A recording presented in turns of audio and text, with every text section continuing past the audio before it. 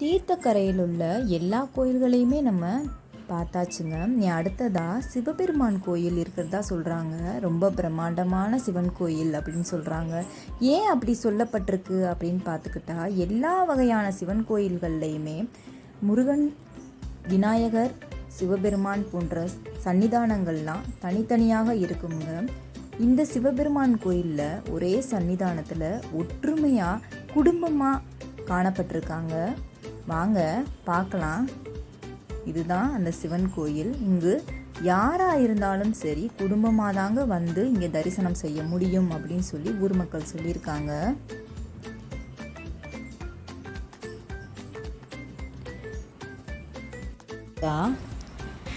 பல வருடங்களுக்கு முன்னாடி அமைக்கப்பட்ட ஒரு அரச மரங்க. அதாவது 1831ஆம் ஆண்டு அமைக்கப்பட்ட இந்த அரச மரம் சமீபத்தில் ஒரு மாதத்திற்கு முன்னாடி தான் இந்த மரம் வந்து சாஞ்சதாங்க. ஆனாலும் அந்த வேரோட அப்படியே அந்த அரச மரம் ஞாபகமாக இருக்கட்டும் அப்படின்னு சொல்லி அந்த ஊர் மக்கள் வந்து வச்சுருக்காங்களாம். அடுத்ததாக பக்கத்தில் ஒரு விநாயகர் சிலை வச்சுருக்காங்க. இதுதாங்க கால பைரவர். அடுத்ததாக ஒரு சின்ன புத்துங்க, அதில் நிறைய சர்ப்பம் இருக்குது. இதுக்கு பேர் பாலநாகம் அப்படின்னு சொல்லி கும்பிடப்படுறாங்க. இது சுற்றிலும் மரங்கள், வில்வ மரம், எல்லா மரமும் சேர்த்து வைக்கப்பட்டிருக்கு. மேலும் சில விவரங்களை வந்து இந்த தம்பிக்கிட்ட நம்ம கேட்டு தெரிஞ்சுக்கலாம்.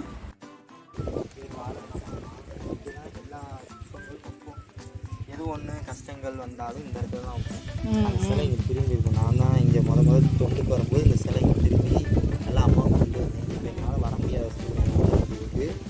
இன்னமும் நீங்கள் அம்மாவை பார்க்கணும்னா இதுதான் சில நேரங்கள் இந்த அம்மாவை பார்க்கணும்னா அதே மாதிரி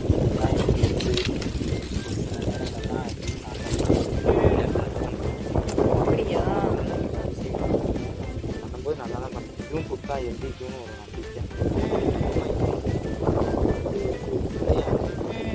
கனவுல வந்து காட்சி இந்த இடத்துல இருந்தா அப்படின்னு சொல்லி சொன்னதுனால அவர் கொஞ்சம் சரி சரி, இது நீங்கள் வச்சது. சரி சரி, ஆதி காலத்துக்கு எங்கேயோ இருந்து இந்த ஆதி காலத்துக்கு ஆச்சு. இந்த ஓடையிலேருந்தே தான் எடுத்து வச்சேன். 2 வருஷம் தான் ஆகும். சரி சரி. கிட்டத்தட்ட ஒரு அம்மாவை கட்டி 4 வருஷம் ஆச்சு. ஐயாவை கட்டி ஒரு 3 வருஷம் தான். சின்னதாக தான். ஆனால் அம்மாவும் கொஞ்சம் சித்திரை மாதம் தான் வந்து பொங்கல் சிறப்பாக கொண்டாடும். அதனாண்டி அம்மா இப்போ தான் இருக்காங்க. ஆனால் சித்திரை மாதம் நிறைய பேர் கிட்டத்தட்ட 8 கிலோ 10 கிலோ மல்லிகைப்பூ கொண்டு வந்து மாலையாக போட்டு அம்மாவை வழிபட்டு போனால் அடுத்த வருஷமே நல்லது. என்ன கேட்குறோமோ, கல்யாணமா, சொந்த வீடு வேணுமா, வாங்கி இத்தனாம் தேதி இத்தனை வருஷம் இத்தனை நொடிக்குள்ளே நீ வாங்கிடுவ அப்படின்னு தான் வாங்கிடும். அதே மாதிரி என்ன பணம் வேணுமா, லோனில் வரலையா அப்படின்னு கேட்டால் எத்தனாம் தேதி இந்த திங்கக்கிழமை இல்லை அடுத்த திங்கக்கிழமை அடுத்த சொல்லே கேட்டால் கரெக்டாக கொடுக்கும். நிறைய இப்போயே ஒருத்தவங்கலாம் இடம் வேணும் குழந்தைகளை சொல்லிட்டு கேட்டு போய் ஒரு குழந்தை கொடுத்து அவங்க நல்லா இருக்கேன்னு சொல்லி வந்து மாவிளக்கு போட்டாங்க. மாவிளக்கு போட்டு ஆத்தாவே அதுக்கு கீழே வந்து காய்ச்சி அடிச்சு. அந்த மாதிரி இப்போ நீங்கள் போகும்போது கூட காய்ச்சி அளிக்கலாம். யாராவது இங்கே வந்துட்டு போகும்போது கூட காய்ச்சி அளிக்கலாம் முறையில். சரி வாங்க நம்ம சூப்பர். ஐயாவுக்கு பின்னாடி மண் சிலை இருக்கு. அதான் சிவபெருமான் இருந்த சிவபெருமான் தீர்த்தக்கரையால் அதான் சொல்லுவோம். இது வந்து சுருட்டு ராமலிங்க சுவாமி சித்தர் பீடம். இதுல இன்னும் அந்த சித்தர் இருக்காருன்னு இன்னும் ஒரு ஐதீகமா இருக்கு. உண்மையிலேயே அந்த சிவனுக்கு பின்னாடி இன்னுமே மண்ணால தான் செஞ்சிருக்காங்க. தண்ணி ஊத்துனா கூட கிடையாது. அவ்வளோ ஒரு தெய்வ ஆற்றல் இருக்கு. இன்னும் உள்ள போனா அந்த சிவனுக்கு பின்னாடி இருக்கு சிவபெருமான். அப்படியா? இது வந்து ஒரு சித்தர் பீடம். சுருட்டு ராமலிங்க சாமி சித்தர் பீடம். பிள்ளையாரு, இப்ப அம்பாள், முருகர் இங்க ஒரே காட்சி அளிக்கிறதால இது ஒரு குடும்பமாவே இந்த கோயில் குடும்ப கோயில். யாரு வந்தாலும் இந்த கோயில குடும்பமாக தான் வந்து கும்பிடணும்னு ஒரு ஐதீகமா இருக்கு. யாரு வந்தாலும் வருவாங்க கண்டிப்பான முறையில. அவருக்கு பின்னாடி இருக்கிறது தான் தீர்த்தக்கரையான் அப்படின்னு சொல்லுவாங்க. தீர்த்தக்கரையில் அமைஞ்சிருக்கிற ஸ்ரீ சுருட்டு ராமலிங்க சுவாமி சித்தர் பீடம். அப்படின்னு சொல்லுவாங்க. இந்த கோயில் கட்டினதும் இந்த இங்கே கல்வெட்டில் எழுதியிருக்கு. இப்போ அந்த பெயிண்ட் அடிச்சிருக்காங்க. சரி சரியா. முதல்ல அந்த படி இங்கே தான் இருக்கும், மேலே போவோம். இங்கெல்லாம் இப்போ தான் படி கட்டி டைல்ஸ் ஒட்டி எல்லாமே இப்போ தான் வேலைப்பாடெலாம் நடந்து இவருக்கு ஒரு வழிபாடு கொண்டு வருவோம்னு சொல்லி உருவாக்கி எல்லாத்தையும் கொண்டு வந்தோம்.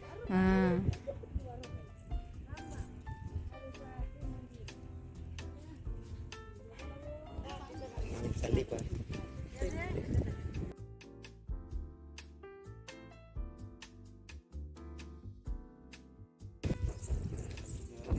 கருப்பசாமி அது வந்து ஒரு விக்கிரமாவே நமக்கு முகக்கண்லாம் தெரியும். இதில் முகப்பு தெரியுதா? ஆமாம், முகப்பு அப்படியே தெரியும்.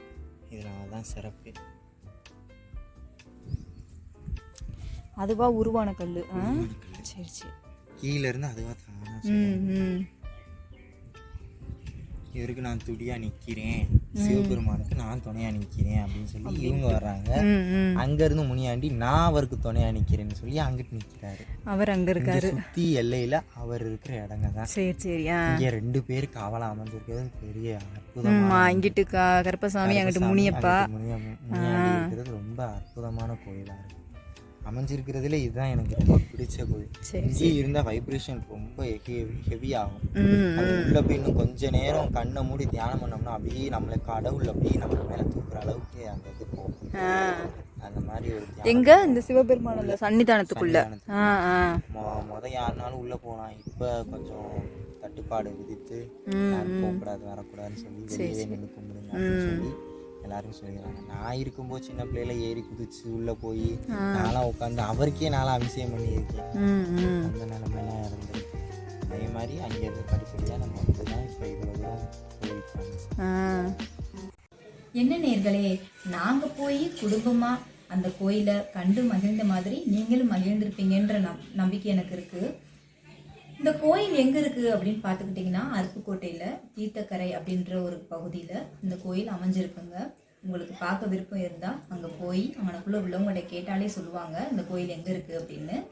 அந்த தம்பியும் ஆலமரத்தில் இருந்து கருப்பசாமி வரைக்கும் எல்லா கோயிலுக்குமே விளக்கம் கொடுத்தாங்க.